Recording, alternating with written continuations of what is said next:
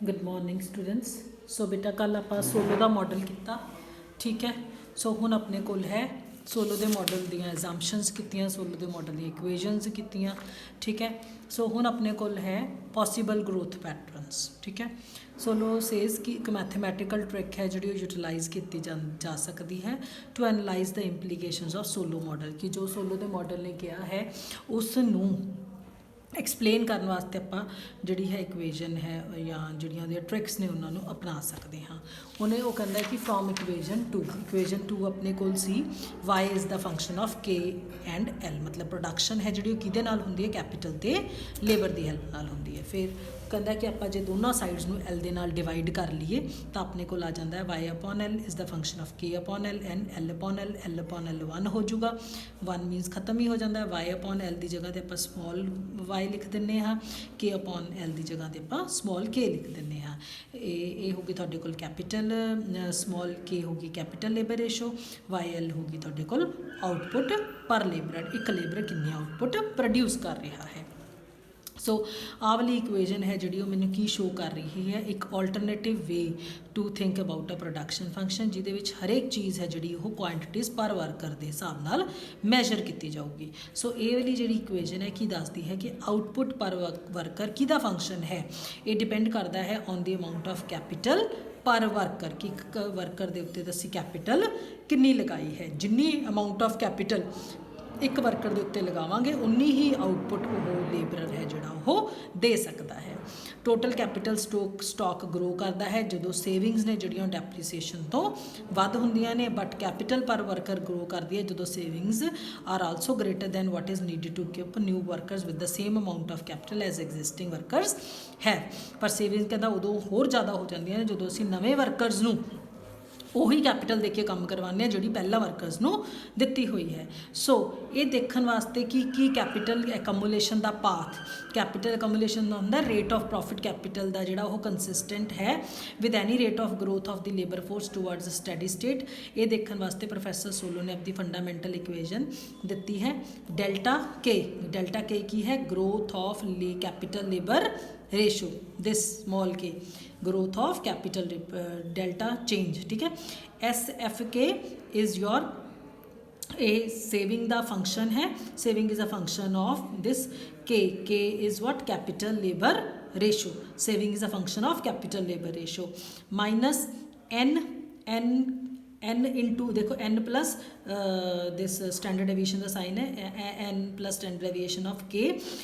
जे आप इनू के दे नाल मल्टीप्लाई कर जाने ये बन जाता है एन के मीनस लेबर फोर्स साडे कोल कितनी लेबर अवेलेबल है। स्टैंडर्ड डेविएशन के इज़ कितना पैसा असी डेप्रीसीएशन वास्ते आपदे कोल रखा हुआ है। सो अबव इक्वेजन की शो करती है कि कैपिटल लेबर रेशो की ग्रोथ है जी दैट इज़ के नोन एज कैपिटल डिपनिंग, वो की शो करती है कि वह किहदे उत्ते डिपेंड करती है सेविंग्स के उत्ते after allowing for the amount of capital required, जिथे असी जिन्नी कैपिटल असी जी डेप्रीसीएशन वास्ते रखी हुई है एंड आफ्टर कैपिटल वाइडनिंग वो अमाउंट ऑफ कैपिटल जी असी नवे वर्करस नूं जदों एन के नवे वर्करस नूं प्रोवाइड करते हाँ फॉर डूइंग देयर वर्क। सो ये वर्जन सोलो का मॉडल का है जिहड़ा ये हैरोडॉमर के मॉडल नूं या हैरोडॉमर की टैक्नीक नूं इनकलूड करने वाला है।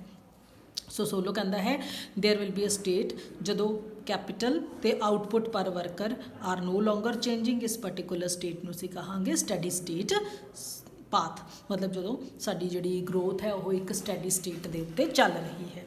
सो इक्विलिब्रियम सोलो के मॉडल का S F K star is equal to N plus standard deviation K star.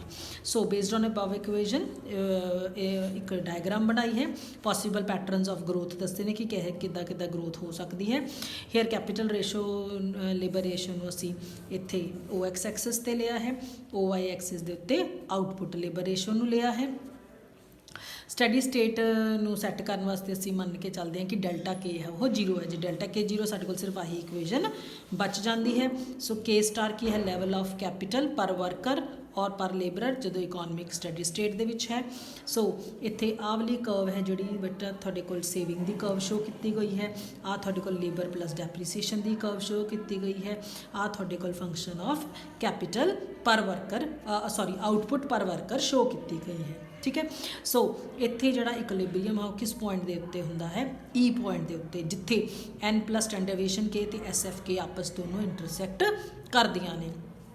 Passing through the point of origin ओ, जिहड़ी एन प्लस ਜਿਹੜੀ ਇਹ ਲਾਈਨ ਹੈ ਇਹ ओरीजन ओ ਤੋਂ ਸਟਾਰਟ ਕਰਦੀ ਹੈ, ਜੋ ਕਿ ਦੱਸ ਰਹੀ ਹੈ ਕਿ ਜਿਹੜਾ ਸਾਡਾ growth rate of labour the curve ਹੈ ਉਹ ਗਰੋਥ ਰੇਟ ਆਫ ਕੈਪੀਟਲ ਨੂੰ ਸ਼ੋ ਕਰ ਰਹੀ ਹੈ। ਠੀਕ ਹੈ, ਹੁਣ ਅਸੀਂ ਇਹ ਦੱਸਤਾ ਕਿ ਇਹ ਇਕੁਐਲਿਟੀ ਹੈ, ਇਹ ਜਦੋਂ ਦੋਨੋਂ ਇਕੁਅਲ ਹੋ ਜਾਂਦੇ ਨੇ, ਮਤਲਬ ਆ ਐਸ ਐਫ ਕੇ ਅਤੇ ਆਹ ਵਾਲੀ ਕਰਵ ਆਪਸ ਦੇ ਵਿੱਚ ਬਰਾਬਰ ਹੋ ਜਾਂਦੀ ਹੈ, ਇਕੁਲਿਬਰੀਅਮ ਦਾ ਪਾਥ ਹੁੰਦਾ ਹੈ। ਇਹੀ ਸਾਡੇ ਕੋਲ ਜਿਹੜਾ ਹੈ ਸਟੇਬਲ ਗਰੋਥ ਰੇਟ ਦਾ ਸਿਚੁਏਸ਼ਨ ਹੈ। This is what stable growth, ਜਿਹਨੂੰ ਅਸੀਂ ਸਟੱਡੀ ਸਟੇਟ। ਹੁਣ ਕਹਿੰਦੇ ਕਿ ਸਿਚੁਏਸ਼ਨ ਹੈ ਜਿਹੜੀ ਉਹ ਅਨਸਟੇਬਲ ਗਰੋਥ ਵੀ ਹੋ ਸਕਦੀ ਹੈ। ਠੀਕ ਹੈ, it can be checked whether E is a stable equilibrium or not. Capital per worker K star ਜਿਹੜਾ ਹੈ ਆ ਸਾਨੂੰ ਕੀ ਦੱਸਦਾ ਹੈ, ਸਟੱਡੀ ਸਟੇਟ ਨੂੰ ਐਕਸਪਲੇਨ ਕਰਦਾ ਹੈ। ਕਹਿੰਦਾ ਜੇ k is higher or lower than k star economy will return to it, this is a stable equilibrium. ਕਹਿੰਦਾ ਜੇ ਕੇ ਸਟਾਰ ਤੋਂ ਥੋੜ੍ਹਾ ਬਹੁਤ ਵੀ ਘੱਟ ਵੱਧ ਹੋਵੇ ਤਾਂ ਇਕੋਨਮੀ ਦੁਬਾਰਾ ਉੱਥੇ ਹੀ ਵਾਪਸ ਆ ਜਾਂਦੀ ਹੈ। ਇਹਦਾ ਮਤਲਬ ਈ ਹਮੇਸ਼ਾ ਇਕੁਲਿਬਰੀਅਮ ਸਟੇਬਲ ਇਕੁਲਿਬਰੀਅਮ ਹੋਊਗਾ। If actual k is to the left of k star, ਇਹਦਾ ਮਤਲਬ ਕੇ ਸਟਾਰ ਤੋਂ ਛੋਟਾ ਹੋਊਗਾ। ਇਟ ਮੀਨਸ ਸੇਵਿੰਗਸ ਨੇ ਜਿਹੜੀਆਂ ਉਹ ਐਨ ਪਲਸ ਟੈਨ ਡਿਵੀਜ਼ਨ ਕੇ ਤੋਂ ਛੋਟੀਆਂ ਹੋਣਗੀਆਂ। ਇਟ ਮੀਨਸ ਜਿਹੜਾ ਮੇਰਾ ਜੇ ਤੋਂ ਛੋਟੀਆਂ ਹੋਣਗੀਆਂ ਤਾਂ ਮਤਲਬ ਡੈਲਟਾ ਕੇ ਜ਼ੀਰੋ ਨਹੀਂ ਹੋਊਗਾ, ਡੈਲਟਾ ਕੇ must B greater then zero. ਸੋ ਐਕਚੁਅਲ ਕੈਪੀਟਲ ਲੇਬਰ ਰੇਸ਼ੋ ਹੈ ਗਰੋ ਕਰੂਗੀ ਇਕੋਨਮੀ ਦੇ ਵਿੱਚ। ਗ੍ਰੈਜੂਅਲੀ ਅਸੀਂ ਈ ਪੁਆਇੰਟ ਵੱਲ ਨੂੰ ਚਲੇ ਜਾਵਾਂਗੇ ਅਤੇ ਦੁਬਾਰਾ ਇਕੁਲਿਬਰੀਅਮ ਇੱਥੇ ਮੇਨਟੇਨ, ਮਤਲਬ ਅਸੀਂ ਇੱਥੇ ਡੀਲ ਕਰ ਰਹੇ ਹਾਂ ਪਹਿਲੇ ਸਿਚੁਏਸ਼ਨ ਦੇ ਵਿੱਚ। ਠੀਕ ਹੈ, ਇੱਧਰ ਨੂੰ ਕਰਦੇ ਕਰਦੇ ਅਸੀਂ ਇੱਥੇ ਪਹੁੰਚ ਜਾਵਾਂਗੇ। ਹੁਣ ਕਹਿੰਦਾ ਬਾਏ ਦਾ ਸਿਮਿਲਰ ਰੀਜ਼ਨਿੰਗ ਜੇ ਕੇ ਟੂ ਦਾ ਰਾਈਟ ਹੋਵੇ ਕੇ ਸਟਾਰ, ਇਹਦਾ ਮਤਲਬ ਕੇ ਸਟਾਰ ਤੋਂ ਵੱਡਾ ਹੋਊਗਾ, ਇਹਦਾ ਮਤਲਬ ਇਹ ਇਸ ਤੋਂ ਛੋਟਾ ਹੋਊਗਾ, ਇਹਦਾ ਮਤਲਬ delta K is less than zero. ਅਸੀਂ ਇੱਧਰਲੇ ਸਿਚੁਏਸ਼ਨ 'ਤੇ ਫਿਰ ਅਸੀਂ ਈ ਵੱਲ ਨੂੰ ਪਹੁੰਚ ਜਾਵਾਂਗੇ। ਇਟ ਮੀਨਸ ਕਹਿੰਦਾ ਜੇ ਕਦੇ ਵੀ ਕੋਈ ਵੀ ਸਿਚੁਏਸ਼ਨ ਆ ਜਾਏ ਕੇ ਸਟਾਰ ਤੋਂ ਵੱਡਾ ਹੋਵੇ ਜਾਂ ਛੋਟਾ ਹੋਵੇ, ਅਸੀਂ ਦੁਬਾਰਾ ਉੱਥੇ ਹੀ ਪਹੁੰਚ ਜਾਂਦੇ ਹਾਂ। ਸੋ ਅਸੀਂ ਕੀ ਸ਼ੋ ਕਰਤਾ ਕਿ ਈ ਸਾਡਾ ਕੀ ਹੈ, ਸਟੇਬਲ ਇਕੁਲਿਬਰੀਅਮ ਦਾ ਪਾਥ ਹੈ। K star equilibrium level of capital labour ratio ਹੈ। ਸੋ ਸੋਲੋ ਕਹਿੰਦਾ ਹੈ ਕਿ ਜਿੰਨੀ ਸਟਾਰਟਿੰਗ ਦੇ ਵਿੱਚ ਅਸੀਂ ਕੈਪੀਟਲ ਲੇਬਰ ਰੇਸ਼ੋ ਲਗਾਉਂਦੇ ਹਾਂ ਉਹ ਆਪਣੇ ਆਪ ਜਿਹੜਾ ਹੈ ਨੈਚੁਰਲ ਰੇਟ ਦੇ ਉੱਤੇ ਬੈਲੈਂਸਡ ਗਰੋਥ ਨੂੰ ਲੈ ਕੇ ਆਊਗੀ। ਸੋ ਸੋਲੋ ਦਾ ਮਾਡਲ ਕੀ ਕਹਿੰਦਾ ਹੈ ਕਿ ਜੇ ਇਕੋਨਮੀ ਇਕੁਲਿਬਰੀਅਮ 'ਚ ਨਾ ਹੋਵੇ ਤਾਂ ਕੀ ਹੋਊਗਾ ਇਕੁਲਿਬਰੀਅਮ ਲਿਆਉਣ ਵਾਸਤੇ। ਕਹਿੰਦਾ ਜੇ ਇਨੀਸ਼ੀਅਲ ਸਟਾਕ ਇਕੁਲਿਬਰੀਅਮ ਰੇਸ਼ੋ ਤੋਂ ਘੱਟ ਹੈ ਤਾਂ ਦੁਬਾਰਾ ਇਕੁਲਿਬਰੀਅਮ ਮੇਨਟੇਨ ਹੋ ਜਾਊਗਾ। ਜੇ ਇਨੀਸ਼ੀਅਲ ਸਟਾਕ ਅਬਵ ਇਕੁਲਿਬਰੀਅਮ ਰੇਸ਼ੋ ਹੈ ਤਾਂ ਵੀ ਕੈਪੀਟਲ ਲੇਬਰ ਰੇਸ਼ੋ ਲੇਬਰ ਵੱਲ ਨੂੰ ਜਾਊਗੀ ਅਤੇ ਉਹ ਇਨਕਰੀਜ਼ ਕਰਕੇ ਫਿਰ ਇਕੁਲਿਬਰੀਅਮ ਚਲਾ ਜਾਊਗਾ। ਇਨਕਰੀਜ਼ ਇਨ ਆਊਟਪੁੱਟ ਹੈ ਜਿਹੜੀ ਉਹ ਹਮੇਸ਼ਾ increase in capital and labour ratio ਦੇ ਵਿਚਕਾਰ ਹੋਊਗੀ। ਠੀਕ ਹੈ, 6th ਅਤੇ 7th ਪੁਆਇੰਟ ਤੁਸੀਂ ਨਹੀਂ ਕਰਨਾ, ਸਟੇਬਿਲਿਟੀ ਪ੍ਰੋਡਕਟਿਵਿਟੀ ਕਰਵ ਦੇ ਉੱਤੇ ਡਿਪੈਂਡ ਕਰਦੀ ਹੈ ਜਾਂ ਫਿਰ ਸਾਡੇ ਕੋਲ ਜਿਹੜੀਆਂ ਪੋਸੀਬਿਲਿਟੀ ਕਰਵਸ ਨੇ ਉਹ ਕਿਹੜੀਆਂ ਹੋ ਸਕਦੀਆਂ ਨੇ। Directly you will jump to the conclusion. So professor Solow ਕੀ ਕਹਿੰਦਾ ਹੈ ਕਿ long term economic growth model ਨੂੰ ਮੈਂ ਐਕਸਪਲੇਨ ਕੀਤਾ ਹੈ। ਇੱਥੇ ਮੈਂ ਦੱਸਿਆ ਹੈ ਕਿ ਲਾਅ ਵੇਰੀਏਬਲ ਪ੍ਰਪੋਰਸ਼ਨ ਦੇ ਅੰਡਰ ਪ੍ਰੋਡਕਸ਼ਨ ਚੱਲਦੀ ਹੈ, ਕਾਂਸਟੈਂਟ ਰਿਟਰਨ ਟੂ ਸਕੇਲ ਹੁੰਦੀਆਂ ਨੇ, ਨੈਚੁਰਲ ਦੇ ਵਾਰੰਟਡ ਗਰੋਥ ਰੇਟ ਦੇ ਵਿੱਚ ਕੋਈ ਵੀ ਆਪਸ 'ਚ ਲੜਾਈ ਨਹੀਂ ਹੁੰਦੀ, ਇਸ ਕਰਕੇ ਅਸੀਂ ਇਹਨੂੰ ਨਾਈਫ ਐਜ ਦਾ ਇਕੁਲਿਬਰੀਅਮ ਨਹੀਂ ਕਹਿੰਦੇ।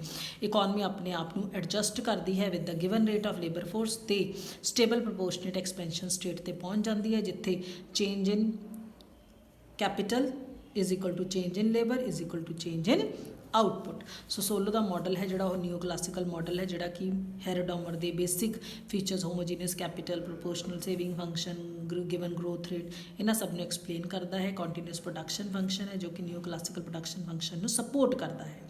ਸੋ ਲੇਬਰ ਅਤੇ ਕੈਪੀਟਲ ਦੇ ਵਿੱਚ ਸਬਸਟੀਚੂਬਿਲਿਟੀ ਪੋਸੀਬਲ ਹੁੰਦੀ ਹੈ। ਸੋ ਲੌਂਗ ਰਨ ਰੇਟ ਆਫ ਗਰੋਥ ਹੈ ਜਿਹੜਾ ਉਹ ਕਿਹਦੇ ਤੋਂ ਡਿਟਰਮਿਨ ਹੁੰਦਾ ਹੈ, ਜਦੋਂ ਅਸੀਂ ਲੇਬਰ ਫੋਰਸ ਨੂੰ ਵਧਾ ਦਿੰਦੇ ਹਾਂ ਅਤੇ ਟੈਕਨੀਕਲ ਪ੍ਰੋਗਰੈਸ ਲੈ ਕੇ ਆਉਂਦੇ ਹਾਂ। ਸੋ ਪ੍ਰੋਫੈਸਰ ਸੋਲੋ ਨੇ ਸਕਸੈਸਫੁਲੀ ਜਿੰਨੀਆਂ ਵੀ ਡਿਫੀਕਲਟੀਜ਼ ਜਾਂ ਰਿਜਿਡਿਟੀਜ਼ ਨੇ, ਮਾਡਰਨ ਕਿਨਜ਼ਨ ਇਨਕਮ ਐਨਾਲਿਸਿਸ ਨੇ, ਉਹਨਾਂ ਨੂੰ ਦੂਰ ਕਰਕੇ ਆਪਣੇ ਕੰਮ ਨੂੰ ਕੀਤਾ ਹੈ। ਕੰਪੈਰੀਜ਼ਨ ਵੀ ਕਰਨ ਦੀ ਜ਼ਰੂਰਤ ਨਹੀਂ ਹੈ। ਕ੍ਰਿਟੀਕਲ ਇਵੈਲੂਏਸ਼ਨ ਹੈ ਜਿਹੜਾ ਬੇਟਾ ਇਹਦਾ ਮੈਂ ਤੁਹਾਨੂੰ ਇਹ ਕੱਲ੍ਹ ਕਰਵਾ ਦੂੰਗੀ ਅਤੇ ਤੁਹਾਡਾ ਜਿਹੜਾ ਸੋਲੋ ਦਾ ਮਾਡਲ ਹੈ ਇਹ ਕੰਪਲੀਟ ਹੋ ਜਾਊਗਾ। ਟਿਲ ਦੈਨ ਗੁੱਡ ਬਾਏ ਬੇਟਾ, ਹੈਵ ਅ ਨਾਈਸ ਡੇ।